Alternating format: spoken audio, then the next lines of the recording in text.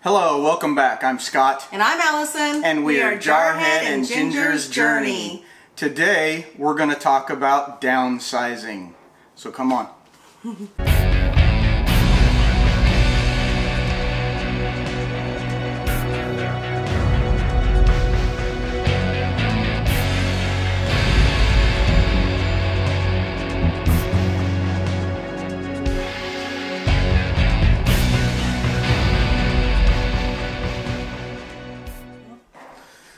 Okay, we decided to start in our walk-in closet, our master bedroom closet. I do have a little bit of stuff left here in my chest of drawers. I'm not going to open them and show you all. Most of the stuff in here is going. There is a couple of things that I just haven't gotten rid of yet. For the most part, all the stuff you see on the top is stuff that I have for sale. Some older diving equipment, or some newer diving equipment that I'm just not going to use once we get on the road. So that's the kind of clutter you're seeing at the top. I did find a good hat to use when we get on the road while I was upstairs doing some stuff about a week or so ago. So that's exciting. I don't have to find a hat. Over here in the hanging stuff, I've pared it down quite a bit. I do have a custom-made suit that I got here, and a couple of fancy shirts for that. We'll see what happens with that down the road. And mostly different weights of like coats and things like that. If you look down here on the plastic bins, most of this stuff we will be taking with us on the road. I've cleaned a lot of the stuff out of here. What I do have left are some pieces to the computer that we have, some gloves and things like that. So most of this will be going. Up here at the top of the closet on the shelf here, I have 2 boxes for binocular sets. Those will both be going with us on the road, at least for a while. We'll see if we use both of them. If not, we'll probably end up getting rid of one. And more dive stuff for sale up here. Now this is the only things, the 2 things down here that I'm unsure of that I may need your help with. I have 2 things up here, and one was made for me right before I got out of the Marine Corps. So it's a shadow box and it has all my Marine Corps stuff in it. But as you can see, it's pretty good size. So I'm unsure of what to do with that one. And then I have another one that was given to me when I left a job when I was working with the Air Force in Georgia. I was one of the first 2 air traffic controllers in Georgia, civilians. So they came and did a news article on us and things like that. So if you guys had some of this, and I know there's a lot of veterans out there that probably have shadow boxes and stuff as well, let me know in the comments what you guys did with them. We're really not wanting to trash them. I think we'll probably end up trying to keep them at somebody's house in a bin. So that's kind of our idea now. If you have any other ideas, let us know, please. As for my side of the closet, I have this jewelry box. It used to have legs, but they broke off in a military move. So it's been a tabletop jewelry box. It's too big to take in the RV, and I don't really do jewelry. You can see I'm not wearing any right now, except a watch. So I'm going to transfer what I do have into this hanging jewelry organizer that my friend Amy told me about. She saw it on somebody else's video, and she ordered one and told me, and I got one too. Maybe I'll leave a link in the comments. And I have this holding various sizes of clothing as I've yo-yoed. So this is all broken up, and getting rid of this. I've already pretty much downsized my clothes. A lot of these are going to the garbage when I leave because I need a smaller size when I get back to the US. I have a wetsuit for sale, worn once, custom made. Up here we have a bunch of beddings. A lot of it is handmade Afghans made by Jarhead's grandma.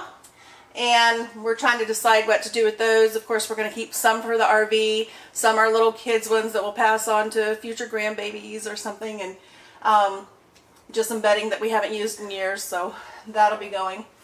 I have no idea what's actually in these two bins, so I'll have to get to those still, and just a lot of other stuff down here on the bottom. Christmas gift wrap, that's all going. Yeah, just so much to do still. He's got a lot more done than I have. And these shelves just a few weeks ago were completely full up to the ceiling of mostly photos. So you're going to see in a minute how we have taken all those photos. Actually, Scott took them all upstairs and I organized them. So you'll see how we are downsizing our photos. Now we're in my sewing, quilting, craft, or crap room because it's such a mess right now. This was completely full of fabrics. I've managed to weed some of them down, put them into some other drawers. This is my hardest part, y'all. Well, I guess the pictures were the hardest part, but I've got so much fabric. I don't know how much is going to fit in our RV. I don't know what to put them in. So I'm trying to sort through and get that figured out. That is my where I hang out my pieces to figure out the pattern that I want to lay them in for a quilt. So I have to fold that up and take that, and I'll be able to hang it in the toy garage, I think, if we get the toy hauler. Scraps. That is all scraps.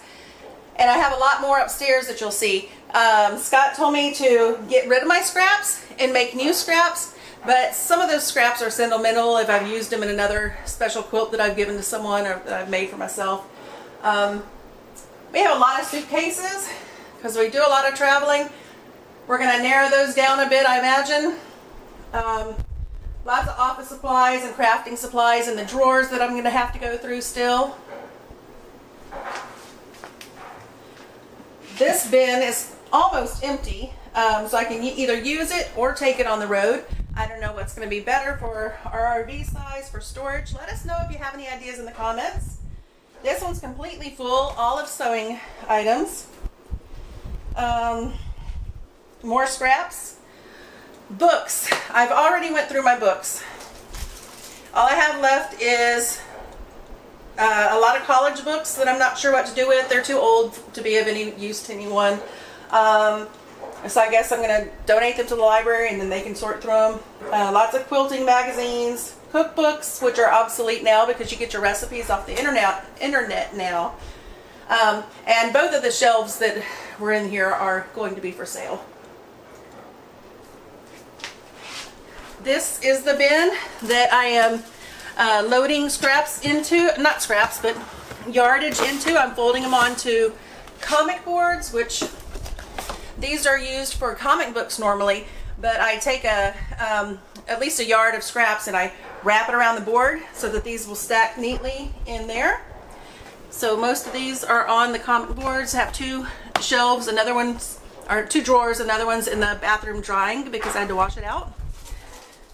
Now I'm here in our second living area. We actually have two living areas in this house.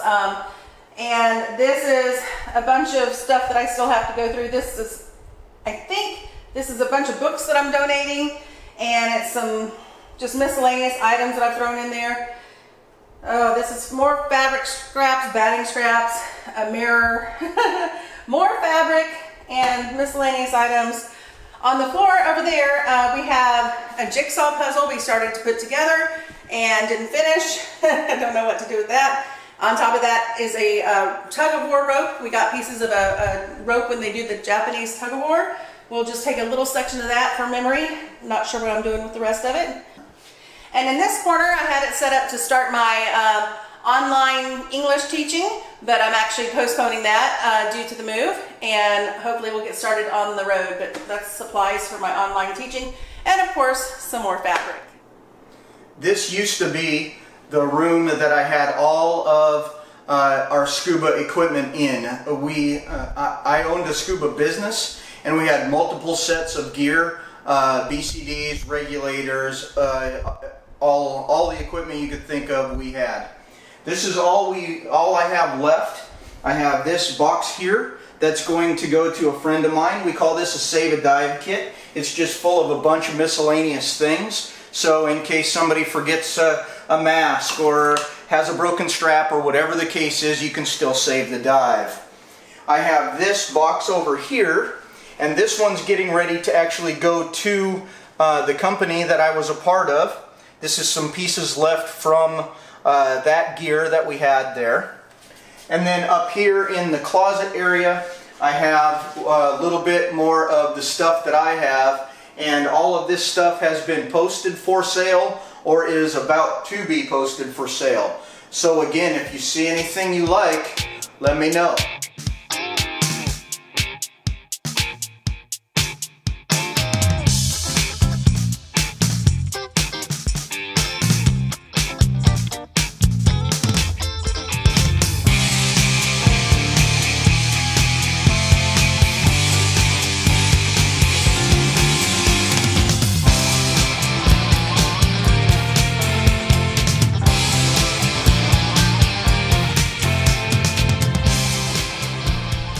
Downstairs, we talked about all the pictures that were up in the bins, and we have taken those and put them into a bin for each of the children. They're grown now, but we have 4 kids, so they have their own bin with photos and anything that was left here that we don't want to carry with us on the road. So there's like some of their childhood art and their Christmas ornaments, photos, movies. This one right here is going in the RV. We're going to need a bigger bin. It's our Christmas and holiday stuff mostly in there. Bubble wrap for packing it up better. Some ornaments I'm still sorting through. That was really tough to think about. I've always had a Christmas tree filled with things that the kids had made or different ornaments from all the places we've lived. So trying to downsize that. I'm thinking about what Christmas is going to be like on the road. What do you do with your Christmas stuff? Let us know in the comments. Here's kind of the process that we've been using while we're up here. We have all these boxes over here.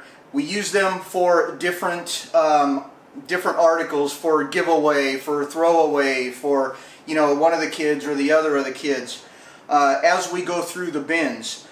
Allison just told you about some of the pictures, and so far we've gone through most of the holidays stuff. So that's what we've been doing, how we've been separating them out. Right here you can see the bin we're going through next, and it has some fall things in it. So as Allison goes through, sorts out what she wants and or who she wants to give it to, it goes in a specific bin, or it will go in the bins for the kids over here.